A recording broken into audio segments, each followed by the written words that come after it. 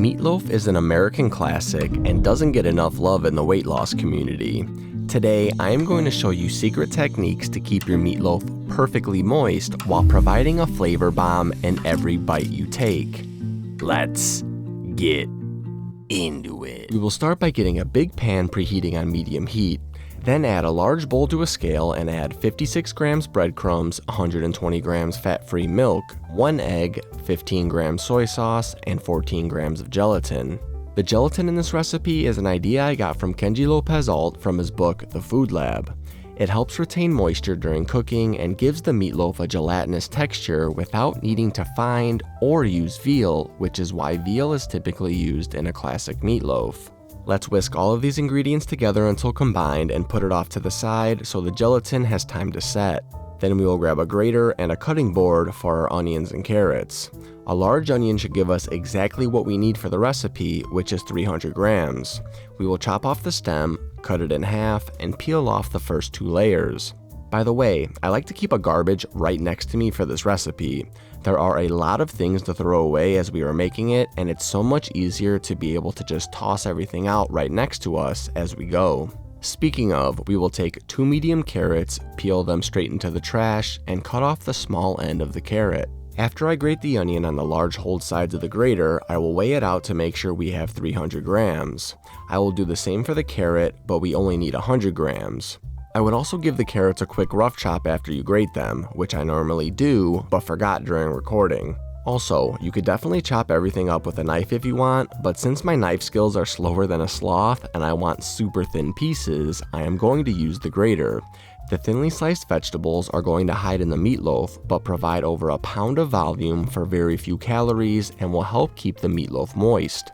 On the smaller hold side of the grater, I will then grate 15 grams of garlic. Meatloaf should melt in your mouth when you eat it, but many recipes make the mistake of throwing the vegetables right into the mixture.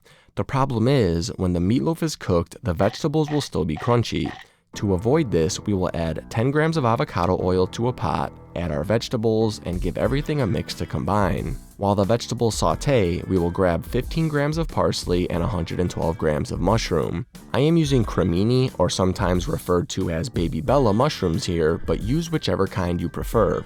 I just buy them pre-sliced so it's easier to chop them up. Since we can't grate these, we will knife them down into very fine pieces like this. By the way, like this video. I hate mushrooms and have eaten 5 meatloafs in the testing process, and none of them have had the taste or texture of mushrooms, aka you won't even know they are there. They are included to increase the nutrients and volume in this dish, but they also hold moisture, adding to that melt in your mouth effect. Once finely chopped, like this, add to the bowl of goodies.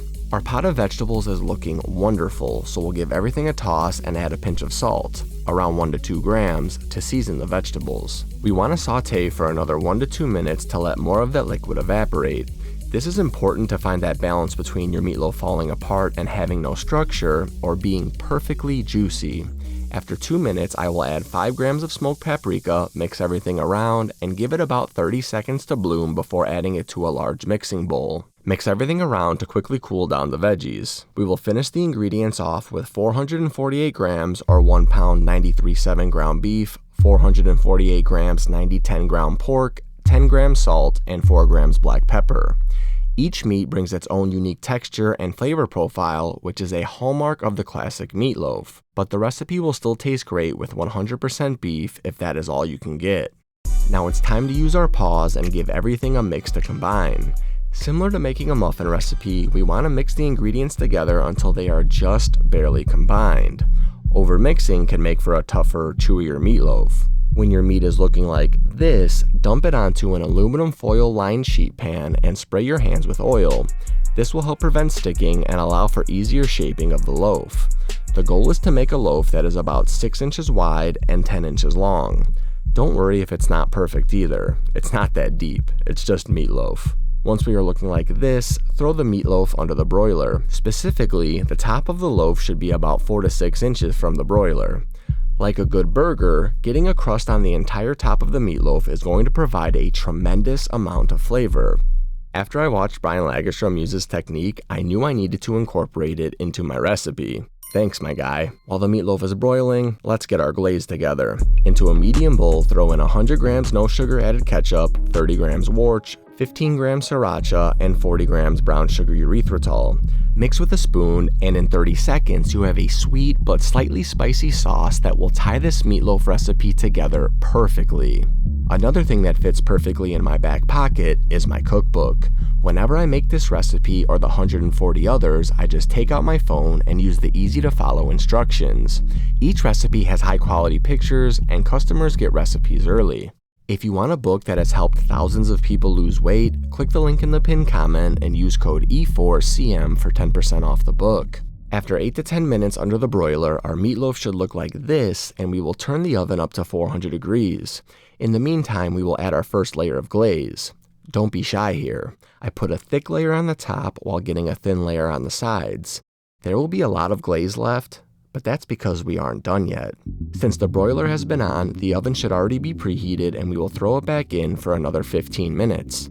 At this point, the glaze has set and it's time to add our second layer.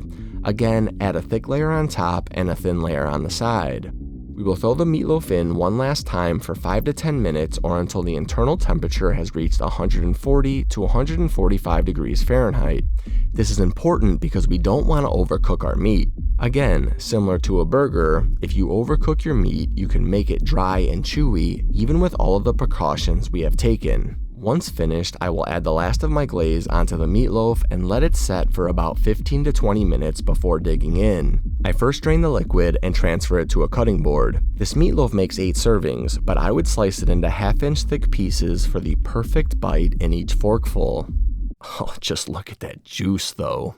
When it's time to reheat, just pop it back into the microwave for 30 seconds to a minute and you have a high-protein, filling meal ready to go at a moment's notice. With the fantastic macros in this meal, you certainly have enough calories for dessert. And in this video here, I show you how to make a cheesecake that everyone and their mom is loving and is over ½ pound per slice. You will be sure to leave the dinner table both full and satisfied after this 1-2 combo. Until next time. Deuces.